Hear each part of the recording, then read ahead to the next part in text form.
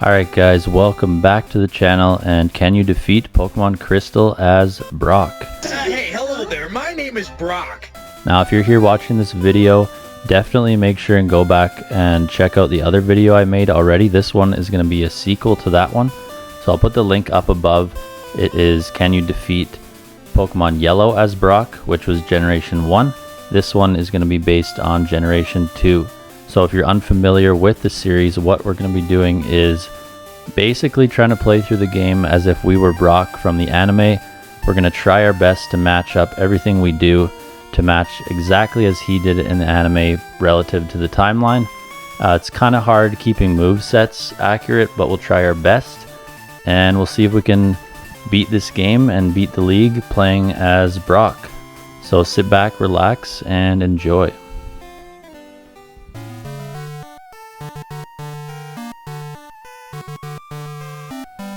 Alright, so shortly after defeating Lance in Kanto, Brock decided that Kanto wasn't enough. He was going to head on to Johto and try to take on that league. So as you all know, a new trainer entering a new region, their Pokemon do reset to level 5. So we've got Brock's team here, Zubat, Onyx, Geodude, and Vulpix all at level 5. And that is how Brock is going to start his Johto journey.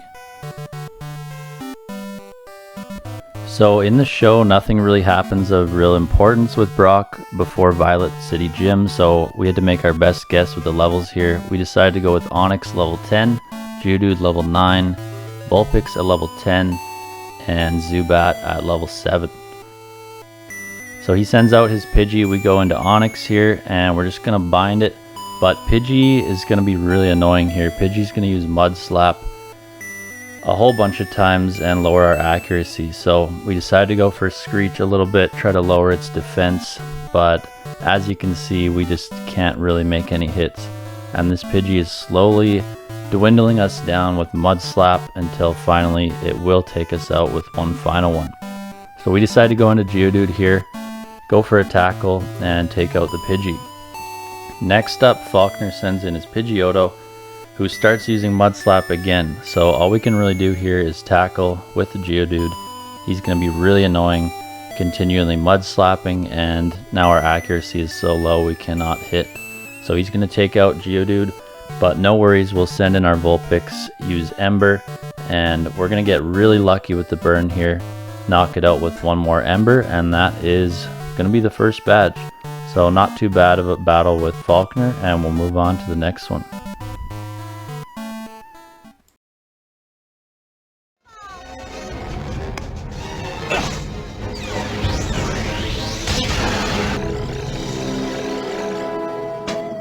I know I caught you under strange circumstances, but I think it's safe to say we're gonna be good friends.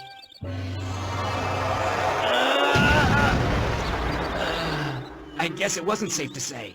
So as you can see there, Brock caught his Pineco just outside of Azalea Town, so we're going to run into a Pineco right here. Unfortunately, the Pineco that he caught should have been level 8, but we couldn't find one at level 8, so we will get it up to level 8, and the reason for that being is you saw it use self-destruct, and Pineco doesn't learn self-destruct until level 8, so that's the only hint we had for what level Pineco was, but we caught it, and we're moving on. So for our battle against Bugsy, we've got Zubat up to level 12 here. He's got the moves Leech Life, Supersonic, and Bite. We've got Geodude up to 13 with Rock Throw, Defense Curl, and Tackle. Pineco, like I said, is level 8 now with Self-Destruct, Tackle, and Protect. Vulpix is level 13 with Ember, Tail Whip, Quick Attack, and Roar. And finally, we've got Onyx at 14 with Tackle, Screech, Bind, and Rock Throw.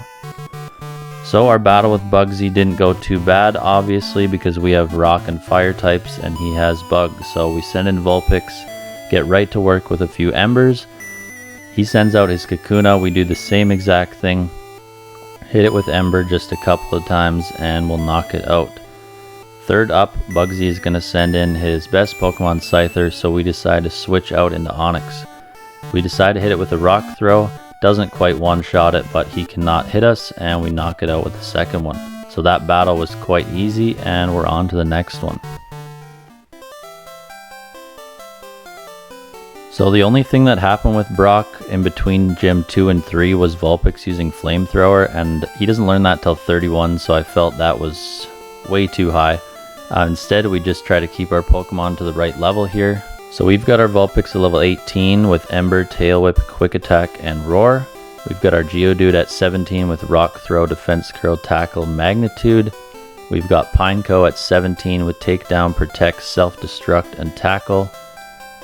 And we've got Zubat at 17 with Bite, Supersonic, Leech Life. And finally, we've got our Onyx at level 18 with Rock Throw, Screech, Bind, and Tackle.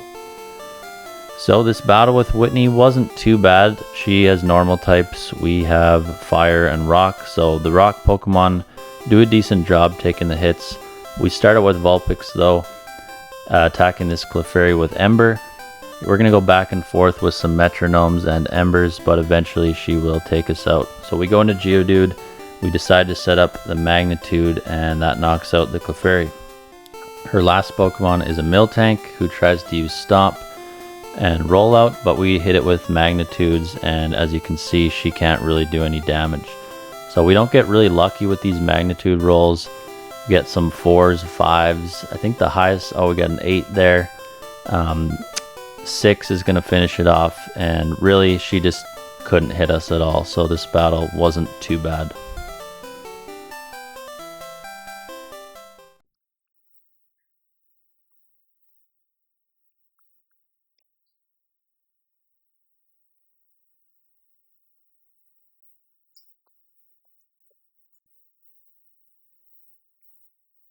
So from that clip we can see that just after leaving Goldenrod, Brock's Zubat does evolve into Golbat, and we see it use a Wing Attack as well, so this will be pretty important in determining Golbat's level before the next gym.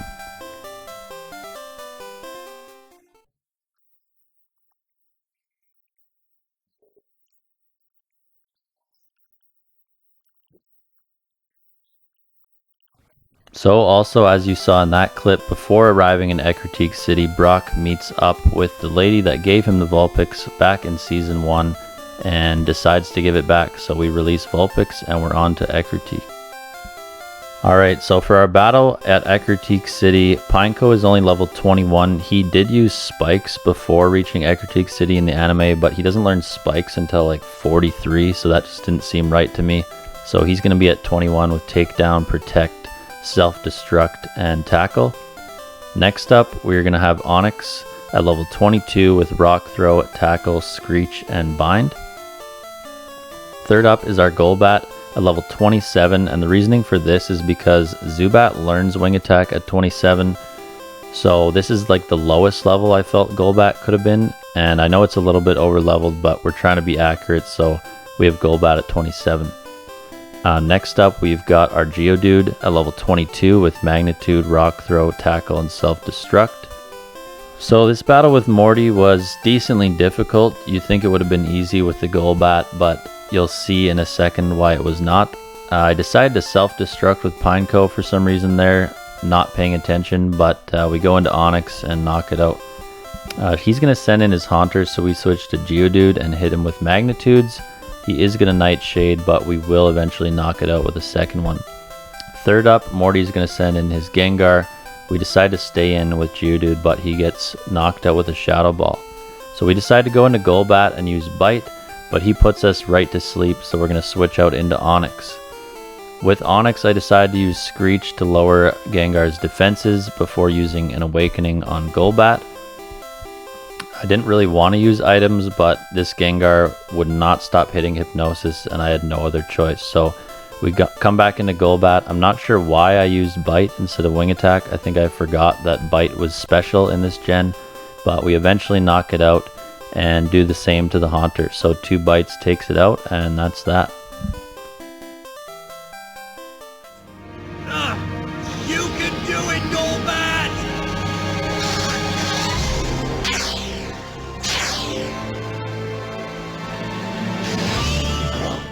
So you can see from that clip that shortly before arriving in Cyanwood, Brock's Golbat evolves into Crobat. So we got our Golbat to maximum happiness, and it evolved at level 30. So we have a Crobat for the next gym. Okay, so the only thing that really happened in the anime before the 5th gym other than that was Onyx and Geodude both used Dig, so we decided it was valid to use our Dig TM on Onyx and set him up with that.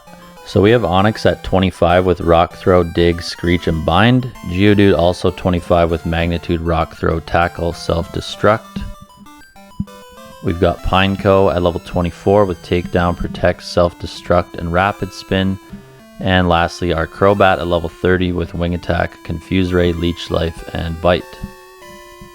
So this battle with Chuck obviously wasn't too bad. We do have a fully evolved flying type, so that came in our favor. We decided to lead off with Onyx and go for a Dig on Primeape.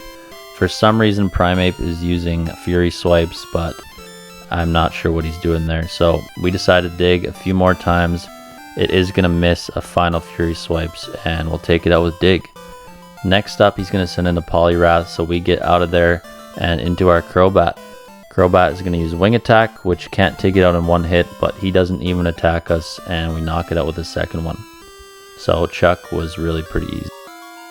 Alright, nothing really happened before Olivine, so we've got the same team and movesets with the different levels. Onyx 31, Pineco 27, Geodude at 28, and Crobat at 31. So this battle was decently difficult, although we do have Onyx with Dig, so we did have a super effective move. We decided to Dig the Magnemite, which does one-shot it. She's going to go into Steelix here.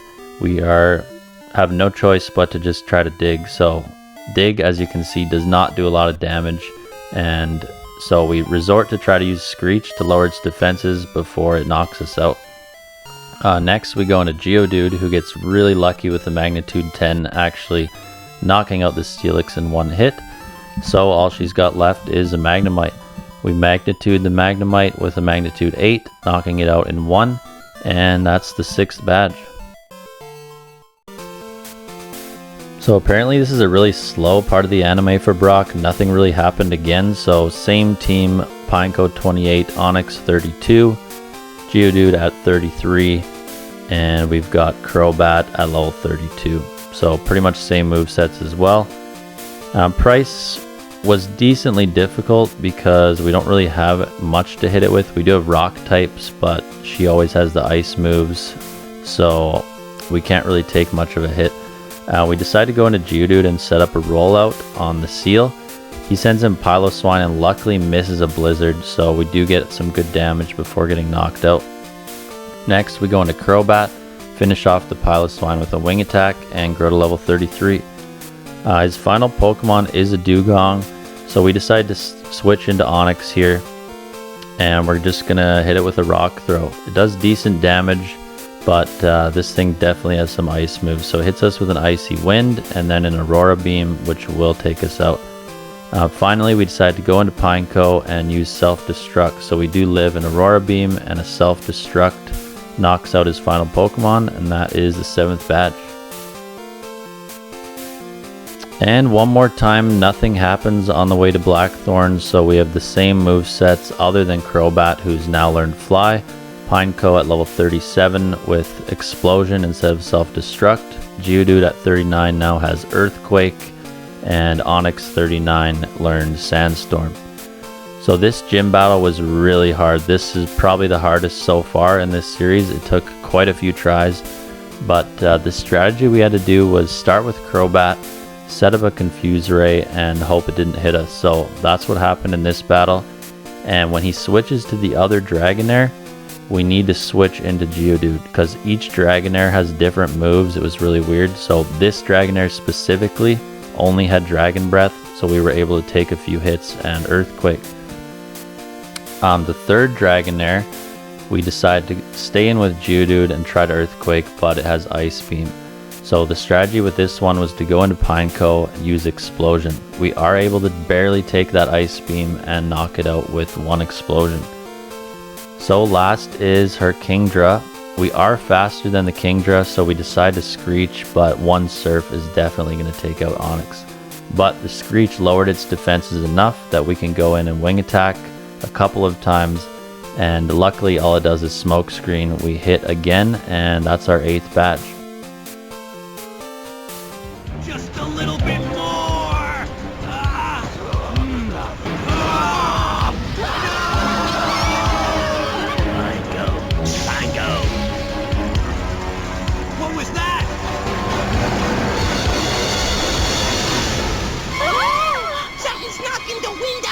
Twisty Tweepo Tempest! Fortress! So right after leaving Blackthorn, Brock's Pineco does evolve into Fortress. We decided that since it should know Spikes, then we should evolve it at level 43. So we got Spikes on the Pineco and then evolved it into a Fortress. And this is the last thing that happens in anime with Brock before we get to the Elite Four. So we finally arrived at the Elite Four, and this is the team we're going to go in with. We decided everyone at 45. Onyx has Rock Throw, Earthquake, Screech, and Sandstorm. Geodude is going to have Earthquake, Rock Throw, Rollout, and Explosion. Fortress is going to have Takedown, Spikes, Explosion, and Rapid Spin. And Crobat is going to have Wing Attack, Confuse Ray, Fly, and Bite. So our Elite Four battle with Will was not too bad actually. It took a couple of tries, but we figured out that we could two-shot with Onyx's Rock Throw. So we two-shot the Xatu, and he goes into Exeggutor. So we do want to switch out. We're going to go into Crobat here and hit him with a Wing Attack. So we can't knock it out in one, but he sets up a Reflect so we can knock it out with the second one. Third up, he's going to go into his Jinx, so we have to switch into Fortress, because Fortress is the only Pokemon that can take hits from Jinx. Luckily, we avoid that lovely Kiss, and Psychic doesn't do a whole lot, so we can take down this Jinx a couple of times, take a few hits, and knock it out. Next up, he goes into his second Xatu, so we go back into Onyx, and try our Rock Throws again. This time, Rock Throw doesn't look like it's going to two-shot, but we survive a hit and hit it with a second one, which somehow gets a high roll and knocks it out. Last up, Will has a Slowbro. We decide to stay in Screech before getting knocked out by a Psychic.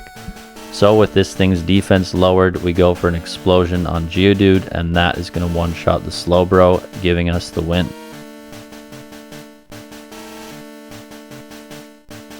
Alright, Elite Four Koga was not too bad at all. We decide to lead off with Crobat because we know he's going to send out the Ariados. So we go into Crobat, hit him with the Wing Attack, and that's actually enough to one-shot.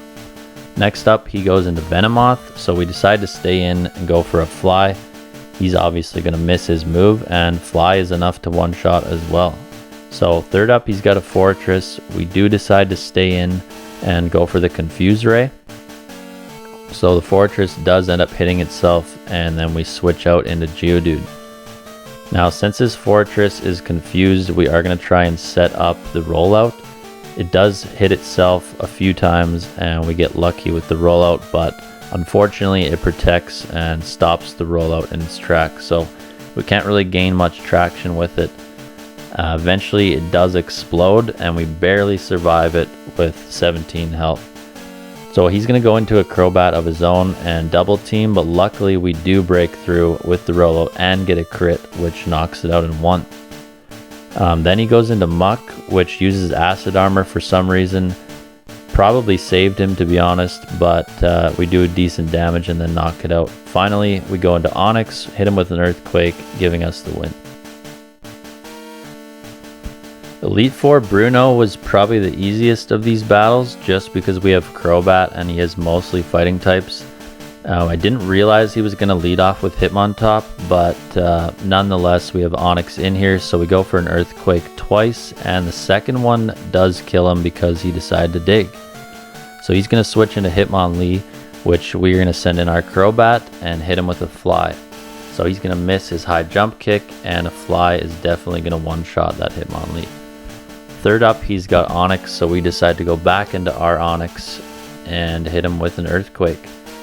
Earthquake is not enough to one-shot, but all he does is bind, so we're going to hit him with the second one and knock him out.